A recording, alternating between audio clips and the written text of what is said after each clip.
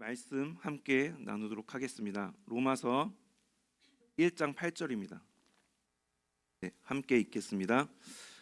먼저 내가 예수 그리스도로 말미암아 너희 모든 사람에 관하여 내 하나님께 감사함은 너희 믿음이 온 세상에 전파됨이로다. 아멘.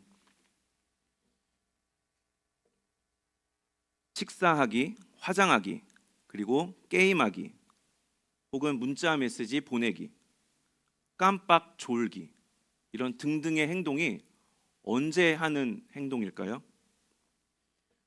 미국 고속도로 안전보호 협회에서 발표한 이제 특별 차종이 언급이 됐는데, 캐딜락 슈퍼크루즈 사용자의 53%, 그리고 테슬라 오토파일럿 사용자의 42%가 이 반자율주행이라고 하는 첨단 시스템 하에서 행하는 딴짓이라고 합니다. 운전 중에 딴짓을 하는 거죠. 반자율 시스템에 자신을 맡기고 딴짓을 한다고 합니다. 저희들로서는 반자율 시스템을 얼마나 이용하시는지 모르겠습니다만, 저는 이 내용을 보고 이러다가 잘못해서 죽으면 어떡하지? 이런 걱정이 들더라고요. 이렇게 목숨이 오갈 수 있을 만한 이러한 행동 중에 하는 딴짓은 사실은 이 사람들만 하는 게 아니라 요즘 대부분 사람들이 하게 되는 그런 행동이라고 합니다. 대표적으로 걸어 다니면서 스마트폰으로 유튜브 보는 행동들이 있지 않습니까? 동일한 시간에 한 가지 일에 전념하는 게 아니라 여러 가지 일을 동시에 하는 멀티태스킹의 생활이 저희들에게는 이미 익숙해져 있죠. 시간은 금이다 라고 하는 이 표현, 이제는 우리 모두가 다 시간을 금으로 여기면서 살아가는 삶의 모습이 되었다고 할 수 있을 것입니다. 내 시간을 아끼려고 하는 이 모습이 생활 패턴을 바꾸게 되면서 여기에 맞춰서 이제 이미 상품, 판매하는 상품이나 서비스가 이미 변화되어서 그렇게 출시가 되고 있다고 합니다.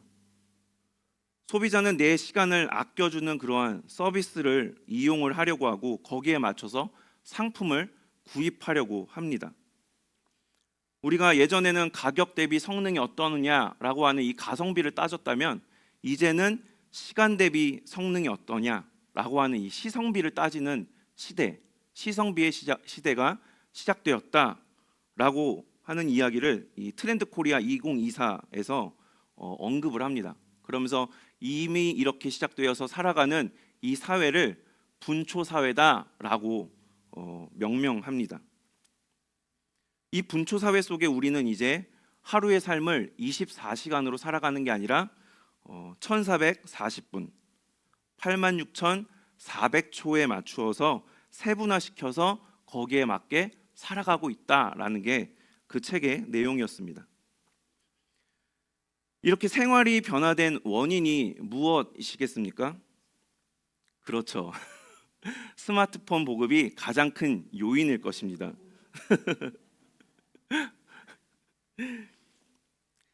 스마트폰의 보급과 더불어서 저희가 몇 년 전에, 지금도 이미 계속 유지되고 있죠, 팬데믹을 거치면서 내 시간에 대한 인식 그리고 행동이 굉장히 과거와는 많이 바뀌었죠. 변화된 인식과 행동은 우리 사회를 분초 사회로 바꾸는 그런 원인이 되었다라는 것입니다. 이처럼 우리가 살면서 겪게 되는 우리 사회라던가 내 개인의 삶이라던가 이 변화되는 이 근간에는 분명 어떤 요인이 있기 마련입니다. 그것이 우리의 삶을, 그 변화 요인이 우리의 삶을 다방면으로 바꾸어 놓습니다. 우리가 나누고 있는 이 로마서 저자인 사도 바울도 역시 마찬가지입니다. 8절부터 15절은 이 고대 서신에 나타나는 전형적인 형식이라고 하는데요. 저희는 8절만 읽었지만 이 고대 서신의 전형적 형식이 감사와 기도 형식이라고 하는 이 형식이라고 합니다. 먼저 감사의 내용을 고백한 후에 자기가 믿는 신께 기도하는 그 내용을 이렇게 적는다고 합니다. 이 전형적인 형식을 통해서 바울은 로마 교회의 교인들에게 자신이 가지고 있는 감사해야 할 내용이 무엇인지에 대해서 8절에서 언급을 하고 있죠. 그리고 9절부터는 자기가 하나님께 드리는 어떤 기도의 내용이 이어지고 있습니다. 8절에서 바울은 너희 믿음이 온 세상에 전파됨이라 라고 감사의 내용을 언급합니다.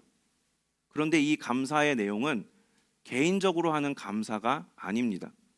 사도적 입장으로 표하는 감사라고 합니다. 왜냐하면 예수 그리스도로 말미암아 이 표현을 사용하고 있기 때문입니다. 그는 예수 그리스도께서 세우신 이 사도라고 하는 위치에 있는 사람이죠.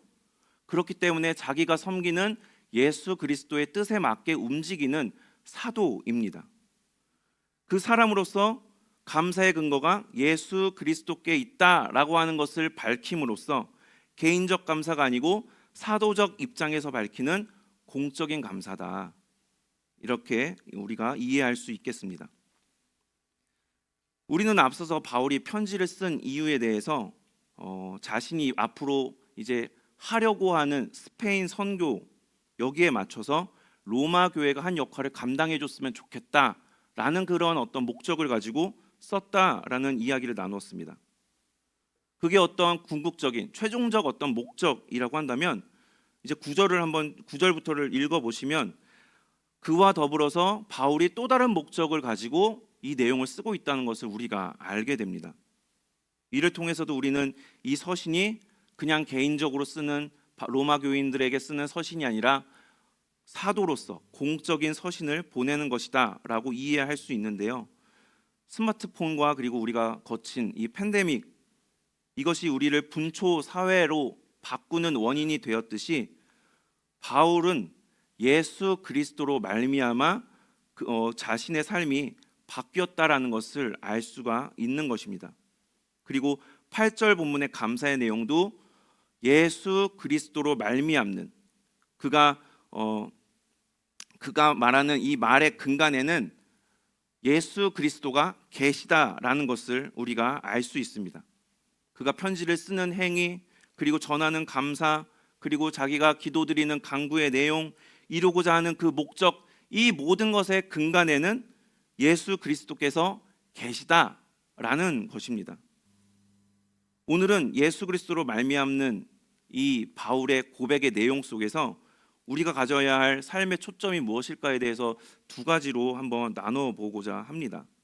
첫째로는요, 믿음에 대해서 한번 나눠보도록 하겠습니다. 바울이 로마 교회에 전하는 이 감사의 내용, 이것은 그들의 로마 교회 교인들의 믿음에 관한 내용이죠. 로마 교회의 믿음이 온 세상에 전파됐다라고 바울은 이야기를 합니다.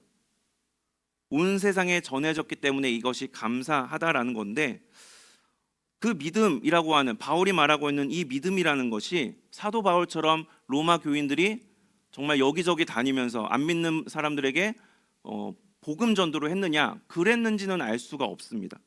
정확하게 알 수는 없는데 가능성이 높은 것이 로마 교회를 구성하는 인원들 다수가 이방인들이었다는 점을 미루어 보아서 하나님을 전혀 모르던, 하나님의 존재 자체를 모르던 그런 이방인들이 복음을 받아들이고, 그리고 사도나 어떠한 누구의 주도로 인해서 교회가 세워진 게 아니라 그들이 복음을 받아들임으로써 함께 예배드리는 어떠한 장이 자연스럽게 마련되고 그것이 교회로서 세워졌다.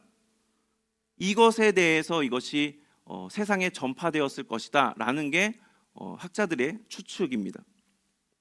온 세상에 퍼졌다라고 하는 이 과장법적 표현을 통해서 그들의 믿음의 이러한 모습, 믿음으로 인한 결과가 참 놀라운 것이었다라는 것을 짐작하게 한다는 것이죠. 우리는 살면서 참 많은 감사를 표하면서 살아가고 있지 않습니까?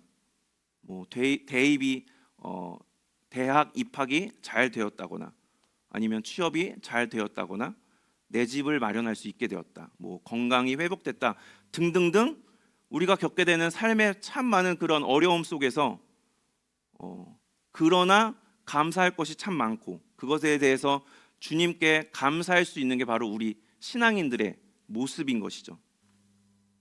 당연하게 여기면서 살거나 아니면 안 되는 것에 대해서는 막 불평하고 불만을 터뜨리는 이러한 삶의 태도보다는 작은 것 하나까지도 정말 어려운 중에서도 감사할 것을 찾아낼 수 있는 그러한 모습은 참으로 소중하고 아름답고 정말 본보기가 될 수 있는 그런 모습입니다. 그런데 오늘 본문을 통해서 이 8절 말씀을 통해서는 아니면 바울이 쓴 이 다른 서신서의 내용들을 보면 우리가 보통 하게 되는 이러한 감사의 고백의 내용과는 조금은 결이 다르다라는 것을 확인할 수 있게 되는데요. 저희가 디모데후서부터 데살로니가전서 몇 구절을 함께 읽어보도록 하겠습니다. 먼저는 디모데후서 1장 3절부터 5절 말씀입니다. 함께 읽도록 하겠습니다. 내가 밤낮 간구하는 가운데 쉬지 않고 너희를 생각하여 청결한 양심으로 조상적부터 섬겨오는 하나님께 감사하고 내 눈물을 생각하여 너 보기를 원함은 내 기쁨이 가득하게 하려 함이니 이는 내 속에 거짓이 없는 믿음이 있음을 생각함이라. 아멘. 다음은 데살로니가전서 1장 3절입니다. 형제들아 우리가 너희를 위하여 항상 하나님께 감사할지니 이것이 당연함은 너희의 믿음이 더욱 자라고 너희가 다 각기 서로 사랑함이 풍성함이니. 아멘. 다음은 마지막으로 데살로니가전서 2장 13절 말씀입니다. 주께서 사랑하시는 형제들아 우리가 항상 너희에 관하여 마땅히 하나님께 감사할 것은 하나님이 처음부터 너희를 택하사 성령의 거룩함과 진리를 믿음으로 구원을 받게 하심이니. 그러니까 바울이 서신서에서 이렇게 고백하는 이 감사, 이 고백의 근거를 살펴보면 믿음이 있다는 것을 알게 됩니다. 이거 외에도 이렇게 제가 전부 다 찾아본 것은 아니지만 대부분 찾아보니까 다 믿음의 내용들이 들어있는 것을 확인할 수 있었습니다. 그러니까 살면서 고백할 많은 감사의 이유가 있지만 바울이 쓰는 감사 고백에는 그 이유가 믿음에 있었다라는 것이죠. 그가 하는 감사의 근거에는 믿음이 있다. 그리고 더 나아가면 그 바탕에는 예수 그리스도께서 계시다라는 겁니다. 8절 감사 내용이 사도적 입장에서 표하는 것이라고 말씀을 드렸죠. 주님의 뜻이 거기에 반영돼 있다라는 것이죠. 그렇게 본다면 주님께서는 이 공적인 감사, 믿음에 대한 감사를 바울이 하고 있기 때문에 이 감사에는 주님께서 무엇보다 믿음에 대해서 기뻐하신다. 여기서 우리가 확인할 수 있다라는 것입니다.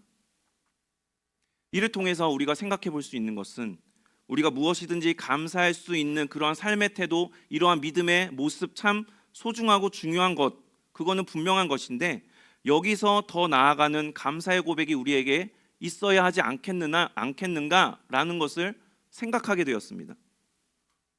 우리가 보통 대부분 하게 되는 감사의 고백, 이것이 좀 뭐랄까요? 이렇게 표현해도 될지 모르겠습니다. 세상적인 것, 현세적인 것이라고 한다면 우리가 이제 앞으로 계속해서 감사해야 될 그 고백의 내용들이 여기에 더해져서 한정된 범위에서 더 나아가서 주님이 더 기뻐하시는 것에 감사할 수 있는 모습이 되어야 하지 않겠는가. 나와 그리고 우리의 믿음이 더욱더 온전히 서고 성장해 나갈 수 있는 것에 대해서 예수 그리스도로 말미암아 자라나게 되고 깊어지게 되고 단단해지는 그 믿음에 대해서 무엇보다도 감사하게 여길 수 있는 그러한 태도가 인식이 필요하다라는 것을 오늘 본문을 통해서 생각해 볼 수 있다라는 것입니다. 제가 계속 이제 현재 제가 겪고 있는 이 일을 돌아보니까요. 무엇인가에 대해서 감사하게 생각한다. 이것은 그 무엇인가, 그 대상, 그 무엇인가가 지금 내 삶에서 굉장히 중요한 부분을 차지하고 있다라는 반증이 되는 것 같더라고요. 왜냐하면 그 무엇인가에 대해서 내가 집중을 하고 있기 때문에 그것의 변화에 대해서 굉장히 예민하게 반응을 하게 되기 때문입니다. 그래서 그것에 따라서 우리는 신앙인들이기 때문에 그것에 따라서 감사할 수 있게 되거나 혹은 조금 이제 힘들어지거나 뭐 이런 어떠한 삶의 모습, 신앙의 모습들이 나타나게 되겠죠.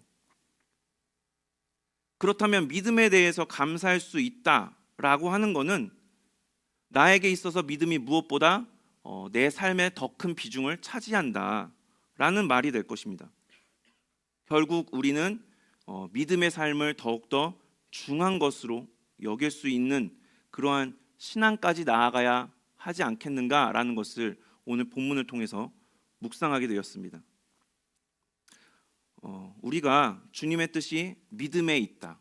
다른 것도 물론 다 주님의 뜻이겠지만 주님이 더 기뻐하시는 것에는 믿음에 있다라는 것을 우리가 깨닫고 우리 삶의 근간이 되시는 예수 그리스도로 말미암아 우리의 이 감사의 범위가 더 넓어져서 믿음에 대해서도 감사할 수 있는 그러한 신앙의 모습 될 수 있기를 소망합니다. 둘째로는 전파됨에 대해서 나누어 보겠습니다. 오래전에 한 병원에서 어떤 영양실조에 걸린 환자에게 닭 2마리의 값을 처방해 주세요 라고 하는 이 처방전을 써줬던 의사 선생님이 있었습니다. 환자가 생활고로 인해서 밥도 제대로 먹지 못하다 보니까 약을 처방해 준 게 아니라 그의 배고픔을 해결하고 영양분을 공급받을 수 있도록 생활 형편에 맞게 이제 처방전을 써준 겁니다. 이 의사 선생님은 이처럼 생활고로 인해서 어려운 상황에 처한 이러한 환자들의 상황을 그냥 지나치지 않았다고 합니다. 모른 척하거나 외면하지 않았습니다. 한 푼도 없는 이 환자를 위해서 자신의 월급을 통해서 이제 대납을 해준다거나 아니면 환자 주머니에 돈이 얼마 있다 하고 한다면 그 돈만 받고 치료를 대신 해준다거나 이렇게 해주었다고 합니다. 제가 읽으면서 봤던 인상 깊었던 사례는요, 이제 몸이 아파서 환자가 입원을 했는데 도저히 비용을 감당할 수 없는 그런 상황이었습니다. 그러니까 이 선생님은 일단은 이 환자의 목숨이 소중한 것이니까 치료를 받게 한 뒤에 밤에 몰래 병원 뒷문을 슬그머니 열어놓아서 이제 환자가 진료를 다 받고 난 후에 몰래 도망갈 수 있게 해줬다라는 그런 이야기였습니다. 이 의사 선생님은 한국의 슈바이처라고 불리는 장기려 박사님의 이야기입니다. 다들 아시는 분이실 텐데요. 그분은 1938년에 가난한 사람들을 돕는 의사가 되겠다라고 하나님과 약속을 했다고 합니다. 그리고 그 약속을 지키기 위해서 한평생을 의료봉사의 삶을 사셨습니다. 고인이 생전 기거하셨던 이 부산 보금병원의 이 방을 보면 굉장히 좁은 옥탑방에 가구 몇 점 남짓 있고 그리고 유산이라고는 남은 게 통장 하나에 몇 천만 원 들어있는 1,000만 원 남짓 통장 하나였다고 하는데 이 통장마저 간병인에게 주고 이게 떠나셨다고 합니다. 이 박사님은 생전 인터뷰에서 이런 말씀을 하셨다고 하는데요. 이런 내용이었습니다. 인술이 다른 것 아닙니다. 자기 눈앞에 나타난 불쌍히 여길 것을 불쌍히 여길 수 있는 사람이 인수라는 사람이에요. 바울은 예수 그리스도로 말미암아 너희 믿음이 온 세상에 전파되는 것에 대해서 감사하다고 이제 고백을 하죠. 본문에 전파되다라고 하는 이 원어 카탕겔레타이라고 하는 이 단어는 이 본문에서 수동태로 표현이 되어 있습니다. 수동태라고 하는 것은 교회 당사자들이 본인의 믿음에 대해서 어떤 바울이 했던 것처럼 복음을 전했다, 나아가서 사람들에게 복음을 전했다라는 것이 아니죠. 이방인임에도 불구하고 자생적으로 생겨난 교회, 그리고 거기 그렇게 되기까지 복음을 받아들이고 모여서 함께 예배드리기 시작한 그들의 믿음에 대해서 그들은 자신들의 그러한 믿음의 모습에 대해서 의도하지 않았는데 그 믿음이 온 세상에 퍼졌다라는 것이죠. 그러니까 저 교회를 보면 그 로마 교회를 보면서 저 교회는 대다수가 이방인들인데 복음을 받아들이더니 함께 모여서 예배를 드리다가 교회가 됐어 라고 하는 이 소문이 온 교회에 퍼졌다라는 겁니다. 마태복음 28장 19절에서 20절의 말씀, 우리가 다 아는 말씀입니다. 함께 읽어보겠습니다. 그러므로 너희는 가서 모든 민족을 제자로 삼아 아버지와 아들과 성령의 이름으로 세례를 베풀고 내가 너희에게 분부한 모든 것을 가르쳐 지키게 하라. 볼지어다 내가 세상 끝날까지 너희와 항상 함께 있으리라 하시니라. 아멘. 주님께서는 우리에게 복음을 전하라고 말씀을 하시죠. 그래서 우리는 복음을 전하기 위해서 애를 씁니다. 하지만 오늘 본문처럼 의도하지 않았음에도 이 믿음이, 복음이 퍼지는 경우들이 있습니다. 장기러 박사님은 상상수훈의 말씀을 실천하기 위해서 평생을 노력해 왔다라고 합니다. 물론 제가 그분의 삶을 직접 본 것은 아니지만 분명히 환자들을 진료하면서 예수 그리스도에 대해서 전하는 그런 모습들도 분명히 있었을 것입니다. 그렇지만 그것 외에도 그분이 행하시는 인수를 통해서 분명히 복음이 전파되는 것도 있었을 것입니다. 우리가 지난주 분이의 말씀이 교회는 하나님의 가족 공동체다라는 말씀을 함께 나누었죠. 그런데 그 가족이라는 것은 따뜻한 가족이 아니라 여러 형편에 있는 가족 구성원들에 대해서 어떠한 형편에 있다라는, 어떠한 그 모습이다라고 하는 그러한 이유 때문에 받아들이고 혹은 누구는 안 받아들이고 하는 것이 아니라 단지 가족이라는 이유로 품어주고 받아들이는 의미를 가지고 있다라는 말씀을 저희가 함께 나누었습니다. 지난주 말씀과 연결지어 본다면 장기러 박사님의 인술이 바로 그런 것 아니겠는가라는 것입니다. 예수 그리스도로 말미암아 인술을 통해서 그 박사님이 베풀어 주신 인술을 통해서 가난하고 소외되었던 환자들이 박사님께 가족으로 받아들여졌다. 만약에 박사님에게, 장기러 박사님에게 병원이 가족이었다고 한다면 절대로 그분은 환자들을 받아주지 않았을 것입니다. 왜냐하면 병원이 무엇보다도 중요했기 때문이었죠.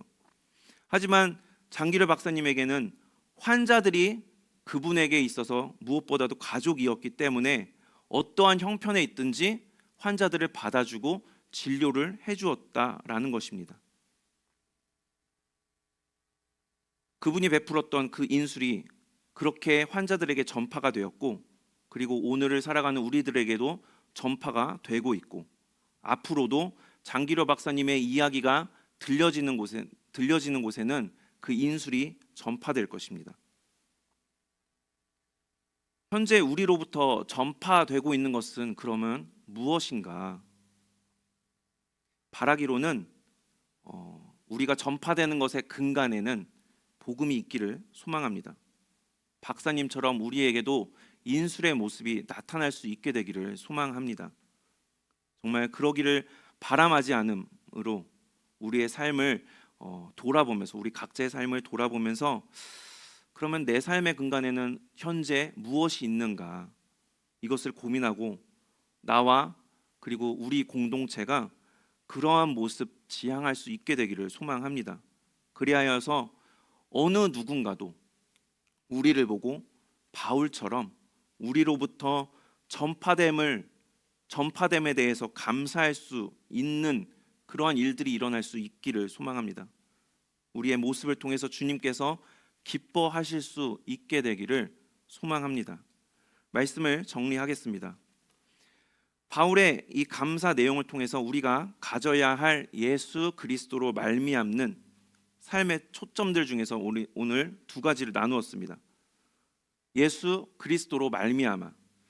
바울의 감사 제목은 예수 그리스도로 말미암는 그러한 감사였습니다.